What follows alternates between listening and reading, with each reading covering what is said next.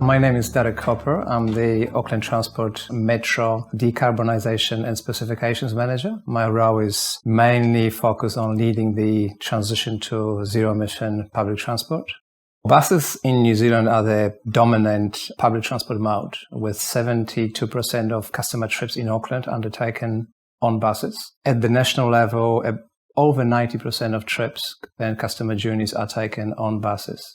As Auckland Transport, we have taken a lead role in the preparation and transition to zero-emission buses.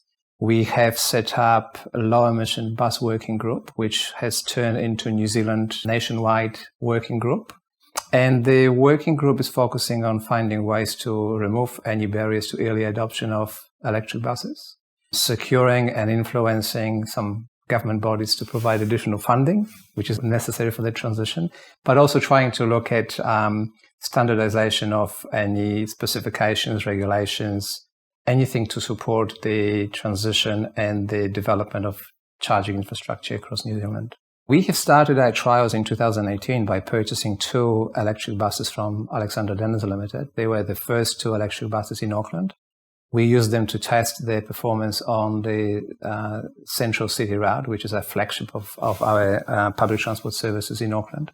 They have performed very well. In fact, they proved that our strategy of focusing only on overnight depot charging works, because buses were able to do their full days of work and used only on average about 64% of their battery.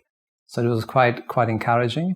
And that led us to introduce the full electric bus service in the Central City since those trials. We have 3 other trial buses in Auckland. One other 3XO bus from ADL, which is currently tested on a very long and demanding route on dedicated busway with less time to regenerate electricity through the brake system. So that trial started a few months ago. It has been delayed by COVID and related challenges we all have faced around the world.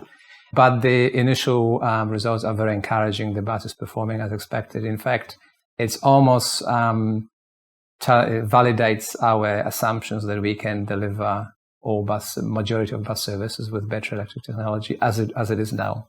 Our transition plan to 100% electric fleet is very ambitious. Our aspirational target is to have full transition by 2030. And in order to achieve that goal, we rely on additional government funding. It is very critical for us, particularly as during COVID times, the revenue from peers is much lower and the level of local funding from our council is insufficient to cover the additional costs expected to achieve our transition by 2030. Many of the bus operators invested heavily in brand new diesel buses for new contracts that were released between 2016 and 2019. And some of them are very reluctant to invest in new zero-emission buses while they still have what they consider a perfectly good fleet, which was expected at the time to last up to 20 years.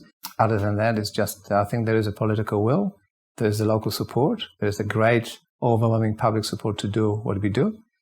We just want to do it faster, and for this we just need some more funding to achieve that. The Alexander Dennis Limited, member of the NFI group, has been a great partner to work with, and they not only supplied the first 2 electric buses to Auckland Transport for us to learn about this technology that set the tone for our transition and gave us the confidence to be more aspirational. But also they have provided a number of other trial vehicles for us and actively work with Auckland Transport to explore different options for different ownership models and leasing arrangements that could be available for New Zealand market or for New Zealand bus operators to help manage the challenges of transition to zero-emission technologies. By 2035, over 2,600 buses will be electric. And it's a great opportunity for NFI Group to be part of the transition and have part of the market with the pedigree they have developed already in terms of reliability and quality since the buses were first introduced to New Zealand in 2011.